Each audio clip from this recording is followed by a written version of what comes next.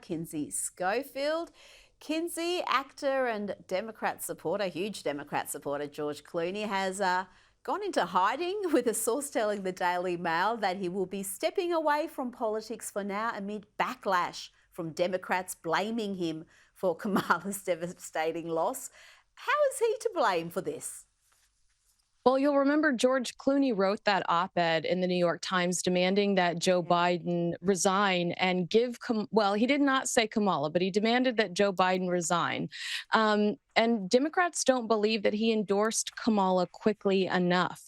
But no one did. Nancy Pelosi didn't. The Obamas didn't. Kamala, was not the alternative that the Democratic Party wanted. She was just technically the most convenient.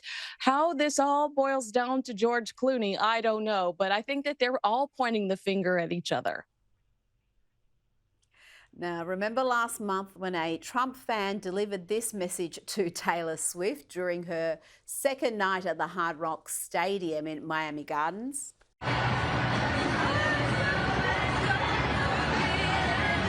It says, "Ready for it, cat lady." Have we heard from Taylor Swift since the election loss? She identified as a childless cat lady to back Kamala, and she took a bit of stick for it. Has she said anything since the loss? She hasn't. I mean, thankfully, she's got her NFL winning football boyfriend to hide behind because he's kicking butt right now, and she's at all the games dressed super cute. So I think that she's kind of skating underneath the radar a little bit. But bye-bye, Brat Summer. Harris's extensive youth outreach failed to materialize in the voting booth.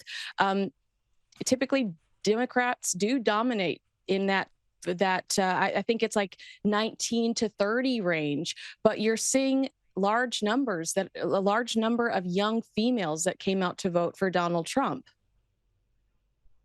Now, we've got a bunch of celebrities, just like last time he won, pledging to flee America. Can you give us some of their names? And are we going to be actually watching to see if they leave or not? I mean, I think if we did that, we'd fall asleep because nobody's really going to do it. Remember Miley Cyrus and Lena Dunham, who told us that they had their bags packed in 2016. They went nowhere. Barbara Streisand said she was going to go to England. And you know what? She allegedly had an affair with King Charles. So Camilla should probably watch out if that ever did take place.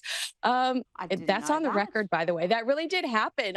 That's really a story that circulated along with former President Bill Clinton. I didn't say that. And then Cher, she said she was going to move to Jupiter if he's elected again. 78 years old. Now she's saying she doesn't want to leave the country because she doesn't want her 38-year-old lover to have to leave his son. Sharon Stone is saying she might go to Italy. Good riddance. All of these people that none of us would notice if they were gone. No, but this time around, there should be some accountability. If they're making these promises, they should be held to them. Now, let's talk about the NFL. Despite being fined over $11,000 for wearing a MAGA hat, San Francisco 49ers star Nick Bosa celebrated a touchdown with a classic Trump dance. Have a look. This is a bold move. He wasn't the only one dancing there. And we're talking about San Francisco. You couldn't get a more left-wing city, but they're far bolder than they were in 2016, the Trump fans. They're not going to be silenced. They're not going to be bullied into pretending they don't support him. Yeah, and I think people are just really fed up, and there's a sense of hope that the country is going to regroup, that financially we can recover. Gas prices aren't going to send us into bankruptcy. We're going to be able to afford eggs and bread and butter again. I just think that people are confident that potentially the next 4 years could be good if Trump stays on plan. Now, singer-songwriter and actress Nicole Scherzinger has, she's not been bold in saying what her political beliefs are. She's, in fact, issuing a grovelling apology, a lengthy apology, purely for just commenting on a post from Russell Brand where she said, "Can I get this hat? Where can I get this hat?" She's now written this apology saying, I deeply apologise for the hurt caused by my recent engagement with some social media posts. When I commented on these posts, I made the mistake of not realising that they could be easily interpreted as being politically related, and I apologise to anyone who understandably reached that conclusion. And she went on to talk about how she supports minorities, and she also talked about how they feel hurt and concerned by the results of the presidential election. I mean, I think she actually is a lefty, and the hat was about Jesus. It wasn't about Trump, but the left has completely lost their minds because it's a red hat. Russell Brand supports Trump, and if she's commenting on his post, apparently that's enough to get her cancelled. I mean, I never in my lifetime thought I'd see so many people attack a woman for wanting to purchase a Make Jesus First Again cap.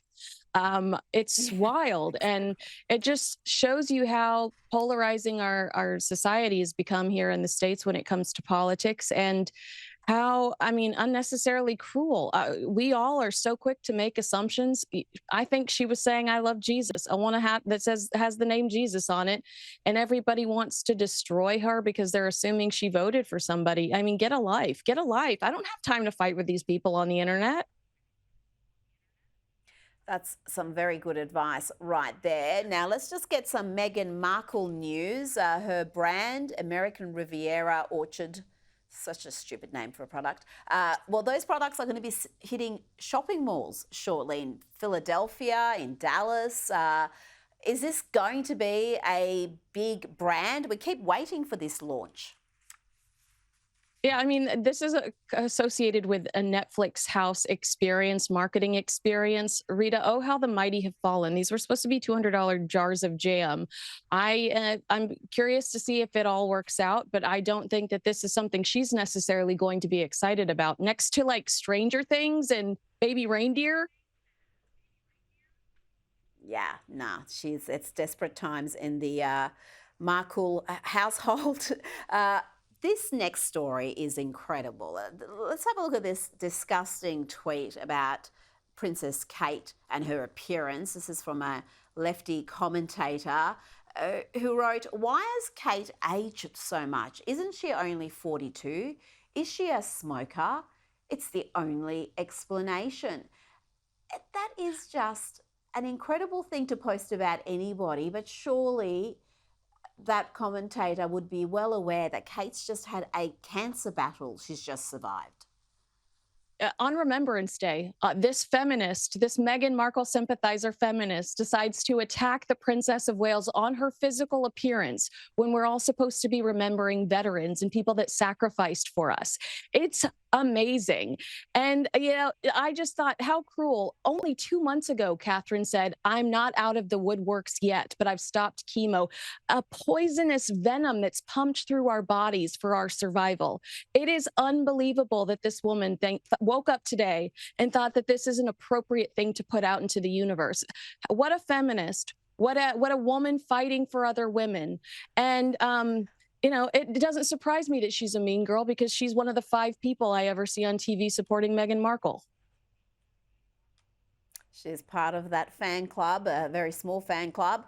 And just finally, let's hear from Tim Dillon, the comic who was in the cast of this new Joker movie, which looks to be a disaster. He was on Joe Rogan and he said even as they were filming, the cast knew this was going to be a giant flop.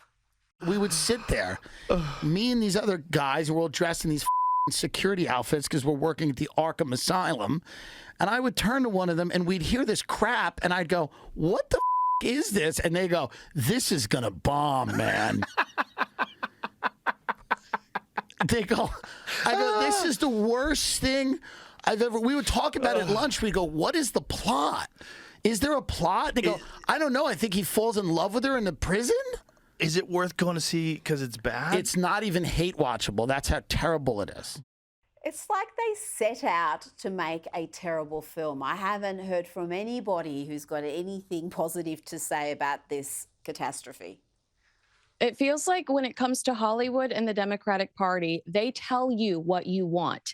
Everyone else, whether it's Donald Trump or Oreos, they find out what you want, and then they build off of that. But it feels like the Democrats and Hollywood, we're going to tell you what you want. And they are so out of touch. Oh, absolutely. Kinsey Schofield, thank you so much for your time.